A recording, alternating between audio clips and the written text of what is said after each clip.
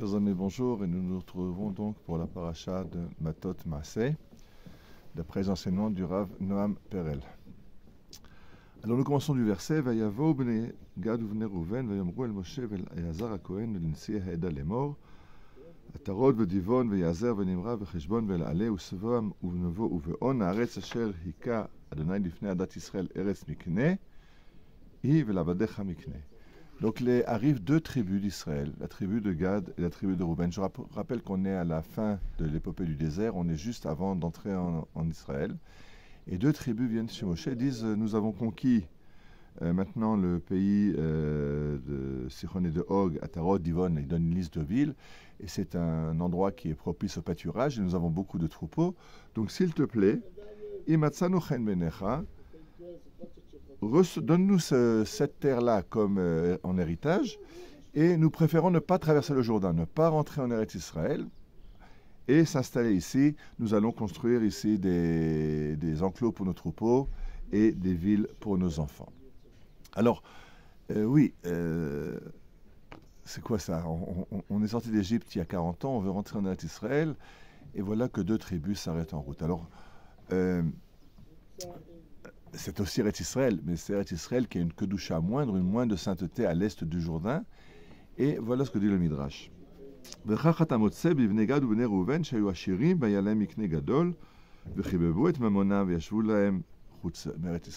voici ce qui est arrivé aux tribus de Gad et de Reuven, dit donc ce Midrash. Ils avaient beaucoup d'argent, ils aimaient leur argent, et ils ont préféré leur argent à s'installer en Eretz Israël, plutôt que s'installer en Israël. Et alors, le fichar, c'est pour ça, la conséquence va être Galut Chila. Ça va être les premières tribus à être exilées. On sait que l'exil d'Israël s'est fait en 3 étapes. La première étape était l'exil des tribus de l'est du Jourdain, donc Gad et Reuven, et puis la demi-tribu de Ménaché. Après, il y aura l'exil des 10 tribus, les tribus du nord, et finalement l'exil du royaume de Juda et des tribus du sud. Et dit le Midrash, Umi garam lahem ki. Quel était le facteur qui a causé le fait qu'ils soient les premiers à partir en exil? Parce qu'ils se sont séparés de leurs frères à cause de leur possession. Et c'est-à-dire que là, il y a un danger, le danger de préférer l'argent, d'aller d'après l'intérêt pécunier. Et effectivement, c'est ce que nous enseigne le Rav Noam Perel à l'aide de ce Midrash, que des fois, pour des raisons d'argent, pour gagner plus, alors on prend des décisions qui peuvent être catastrophiques, comme cette décision des deux tribus qui a fait que finalement, ils ont été les premiers à partir en exil. Je penserais même un peu plus loin parce que, à la base, ce que veut Akadosh Baruch Hu de nous, c'est de faire de nous une nation d'agriculteurs. Les Avot, Avraham, Yitzhak, Yaakov, étaient éleveurs de troupeaux. On les voit aller avec leurs troupeaux. Et on se rappelle que dans le songe de Yosef qui avait vu que les frères ramassaient des gerbes de blé, ça avait été très mal pris par ses frères. Le Rav Soloveitchik dit parce que c'était complètement incompréhensible pour eux. Ce sont une nation une famille d'éleveurs, c'est-à-dire quoi? Ramasser des gerbes. On ne ramasse pas des gerbes chez nous, on élève des troupeaux. Mais l'idéal de la Torah, c'est de nous amener d'être sur une terre, installés sur une terre comme agriculteurs, bien sûr avec des éleveurs aussi. Mais de passer du nomadisme de l'éleveur au sédentarisme de l'agriculteur qui demande à Dieu la pluie pour ses champs. Toute la Torah nous parle des champs et de la pluie, et des dîmes à donner, des dîmes à donner aux pauvres, etc. Et eux ont préféré rester agriculteurs en dehors de la centralité d'Eretz Israël. Donc, ils ont choisi de se couper et du peuple d'Israël, et de la terre d'Israël, et de l'occupation du peuple d'Israël. Et c'est un effort très très grand, mais qui peut être catastrophique. J'ai guidé il y a quelques années un groupe de juifs du Maroc, et j'ai demandé à leur rabbin, mais pourquoi les juifs du Maroc sont encore au Maroc? Et il m'a répondu, mais parce qu'il y a 2 catégories. Il y a ceux qui sont trop pauvres pour faire la Aliyah, et ceux qui sont trop riches pour faire la Aliyah. C'est vrai, ce sont les deux raisons pour lesquelles il est compliqué de venir en Eretz Israël. Des fois parce que la vie en Israël est trop chère et qu'on pense qu'on n'en a pas les moyens. Ou des fois parce qu'on a beaucoup d'argent, beaucoup de biens matériels en dehors, qu'on a du mal à vendre et on a du mal à s'en séparer.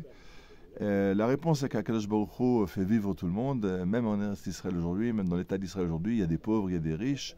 et Dieu donne à chacun de quoi vivre selon ce que lui décide. La parnassa, c'est Bidei Shamaim.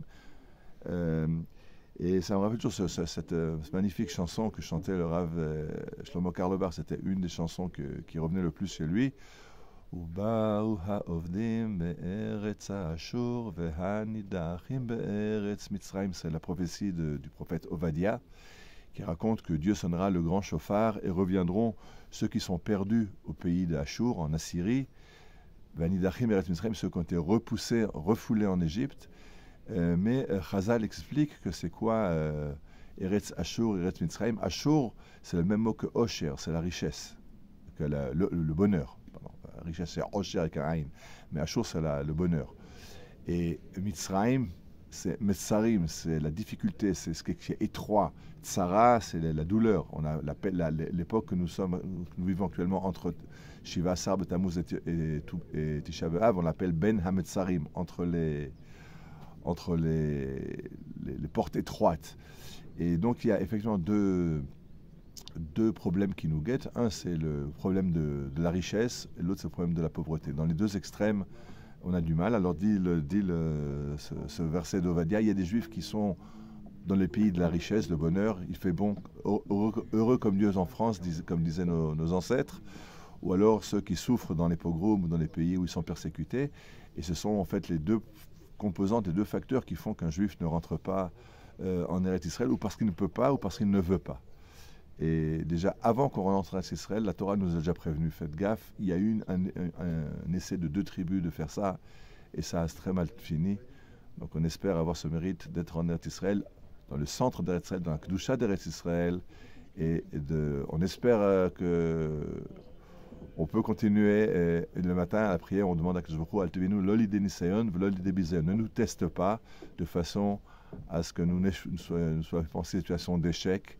Donc il y a le test du bonheur, le test du malheur dans les deux conditions extrêmes. Alors bien sûr on préfère le bonheur, mais on préfère un bonheur qu'on peut mesurer pour, malgré cette opulence, rester encore dans ce que la Torah attend, ce que Dieu attend de nous. Shabbat Shalom, le Kol Tov.